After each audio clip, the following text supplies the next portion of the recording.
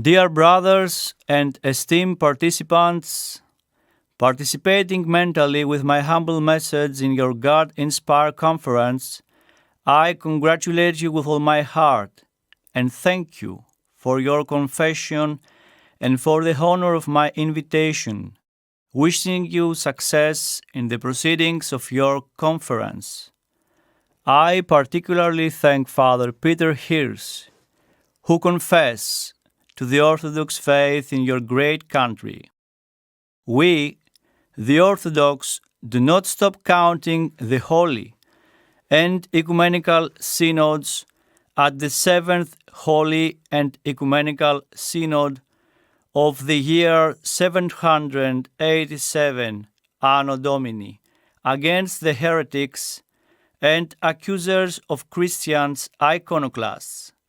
But we also count as holy and ecumenical synods two more synods. First, the synod under the great Fouteous in 879-880, which is the Eighth Holy and Ecumenical Synod, and second, the one during the Saint Gregory Palamas, Archbishop of Thessaloniki, in the year 1351, which is the Ninth Holy and Ecumenical Synod.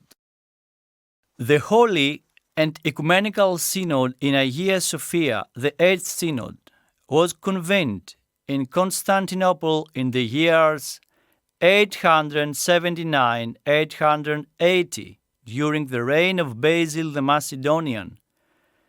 383 holy and God-bearing fathers from East and West, representing the five primeval Orthodox patriarchates, among whom were the Patriarch of Constantinople, the great Photius, who presided over the Synod, the representative of the Orthodox Pope of Rome, John VIII, Peter, the presbyter, together with Paul and Eugenius, the representative of Patriarch of Jerusalem, Theodosius, Elias the presbyter, the representative of Patriarch of Alexandria, Michael, Cosmas the presbyter, and the representative of the Patriarch of Antioch, Theodosius, Basil, Bishop of Martyropolis.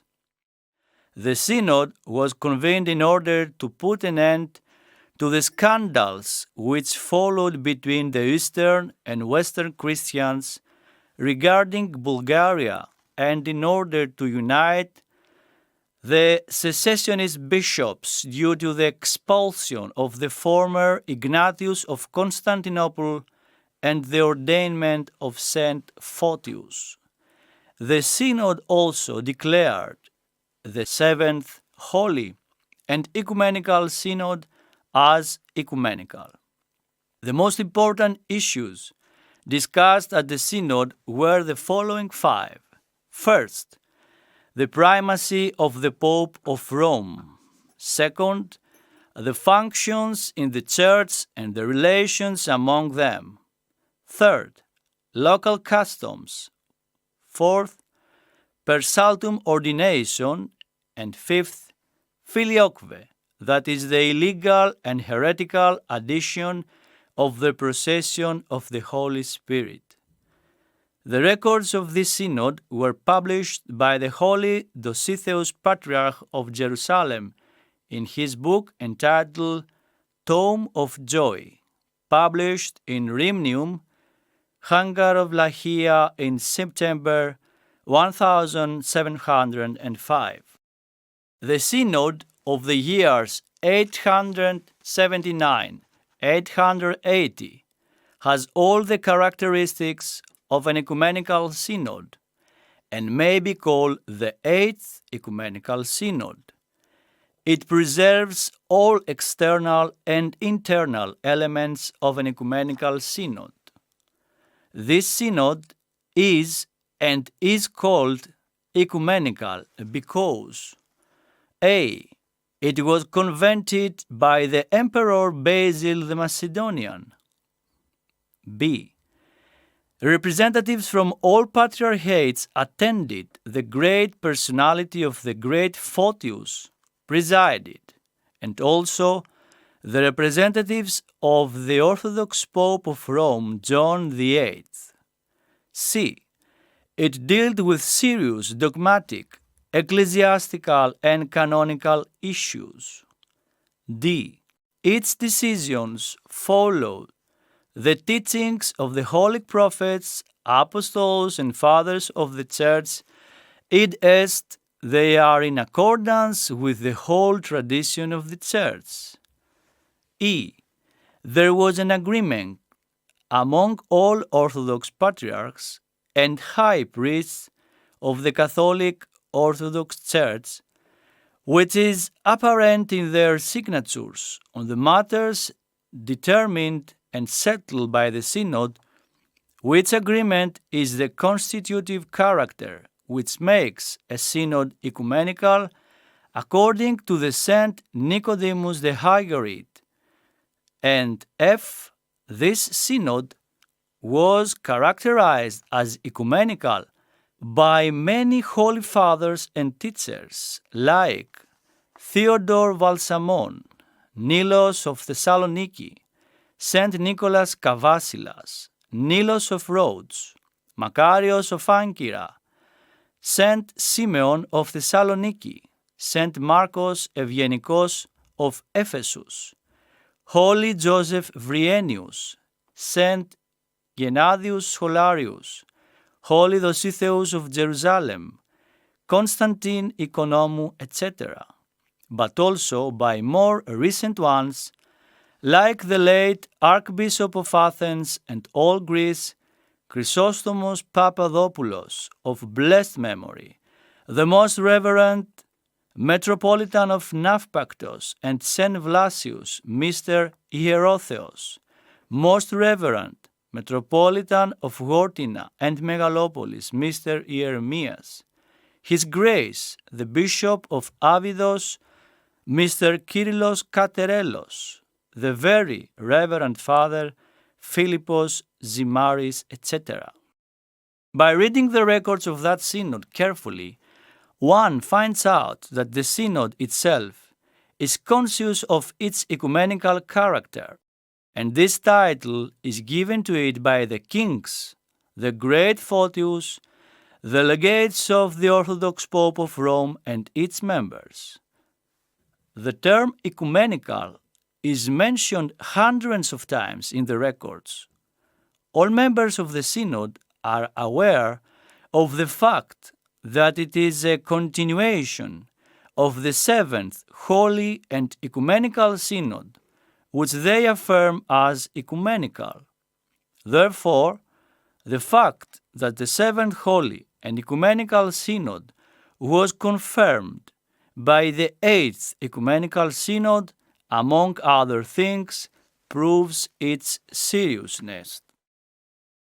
Based on the above, there is nothing original or innovative if we accept, as a holy metropolis, as a local church, the synod under the great Photius as ecumenical, and to propose its official acceptance as such by the whole Orthodox Catholic Church, since, according to the Orthodox tradition, the synod intervenes to declare officially now the already existing and proven in the infallible conscience of all the people of the Church ecumenical character of a synod. At this point, we must briefly mention two of the issues which occupied the Eighth Holy and Ecumenical Synod in order to show the importance of this ecumenical synod. These issues are, first, the primary of the Orthodox Pope of Rome, and second, the heresy of the Filioque. First, the first issue which concerned the Eighth Holy and Ecumenical Synod is related to the primacy of the Orthodox Pope of Rome. The discussion which took place at the Synod between the great Photius, the Eastern representatives, but also the representatives of the Orthodox Pope of Rome, John VIII, clearly showed that the Orthodox Pope of Rome has a primacy inside the Church, but with clear ecclesiological limits, as they are determined by the 34th Apostolic Canon. This means that he is first only regarding the primacy within and not above the Church. According to this view, every bishop who does not comply with the spirit of this apostolic canon puts himself outside the Church and is deposed or excommunicated. The popes of Rome are no exception. The great Photius and the holy fathers of this synod defended the primacy of honors as a necessary ecclesiological principle for the preservation of unity for the Church throughout the world. According to the primacy of honor, however, this preservation of unity is clearly not meant as an imposition by a first person who is above the Church as an authority. This position is clearly expressed in a letter by Saint Photius in which he stresses the orthodox interpretation of the gospel line. And I tell you, you are Peter, and on this rock I will build my church. Matthew chapter 16, verses 18-19. This interpretation leads to the crucial ecclesiological principle that each bishop is equal regarding his episcopal rank. The Orthodox Pope of Rome, and not the current head of heretics, has the privilege of the honor, and he must maintain the holy canons of the Church, and this privilege must be done in the spirit of the holy canons. This means that the Orthodox Pope of Rome has no authorities in other ecclesiastical regions. When the Pope of Rome does not keep the holy canons and places himself above the Church, then he may be deposed, as happened with Pope Nicholas I, who was deposed because he interfered in Constantinople and Bulgaria. The first holy canon drawn up by this synod in its fifth act is very characteristic, as it establishes the autonomy of its ecclesiastical administration in matters of order and discipline. In this holy canon, the synodical system of administration is accepted, and it is clarified that the primacy of the Orthodox Pope of Rome is not a power primacy, but primacy of honor. It is the Orthodox Pope of Rome, and not the current one, who has, as well as his predecessors, fallen in bad heresies. From year 1014 onwards, is not the head of the whole Church. He is not the source of holiness, etc., and consequently, he has no competence over the other ecclesiastical administrations. This holy canon is of crucial ecclesiastical importance, and it is a restorative action against the pyramid-shaped Western universal ecclesiology, which was expressed in the Robert Synod of 869-870, in which the only true local church in the sense of universality is the Church of Rome, which is identified with a universal church, and the only substantial bishop is the Pope of Rome.